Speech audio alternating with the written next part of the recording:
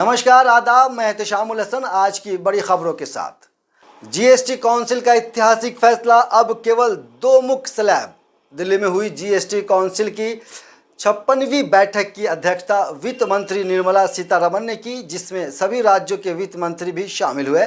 बैठक का मुख्य एजेंडा जीएसटी स्लैब का सरलीकरण और टैक्स दरों का पुनर्गठन था।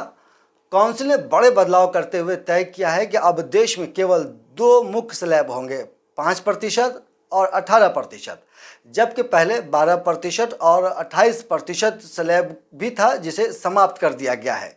रोजमर्रा की वस्तुएं जैसे साबुन, तेल, टूथपेस्ट, शैम्पू और रसोई सामान को 5% श्रेणी में डालने का फैसला हुआ है, जिससे कीमतों में कमी आएगी। वहीं टीवी, एसी और फ्रिज जैसे इलेक्ट्रॉनिक सामान को 28% से घटाकर 18% स्लैब में लाया गया। इसके अलावा लग्जरी और सिन गुड्स जैसे तंबाकू और बड़ी कारों पर 40% की विशेष दर लागू की जाएगी। बैठक में छोटे कारोबारियों को इनवॉइसिंग से राहत, बीमा प्रीमियम पर जीएसटी छूट और अनुपालन प्रक्रियाओं को सरल बनाने जैसे फैसले भी लिए गए हैं। इस अवसर पर निर्मला सीतारमण ने कहा कि ये सुधार आम जनता को राहत देने, खपत को बढ़ावा देने और कर ढांचे को पारदर्शी व सरल बनाने की दिशा में ऐतिहासिक कदम है। उन्होंने स्पष्ट किया कि नया ढांचा 22 सितंबर 2025 से लागू होने की संभावना है और इससे उपभोक्ताओं को सीधी राहत मिलेगी। सीतारमण के मुताबिक ये निर्णय लोगों की जेब पर बोझ कम करने और कर प्रणाली को सरल बनाने के लिए लिया गया है।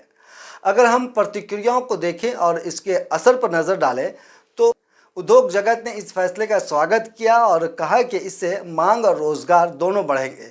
रोज़मर्रा की वस्तुओं और मध्य वर्गीय उपभोक्ताओं को राहत मिलेगी।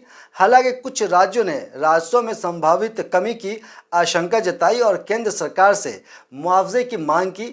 अर्थशास्त्रियों का मानना है कि अगर घाटा पूरा करने के लिए नया सेस लगाया गया तो उसका बोझ अंततः उपभोक्ताओं पर पड़ सकता है। कुल मिलाकर इस फैसले को जीएसटी सुधारों का अब तक का सबसे बड़ा कदम माना जाता है।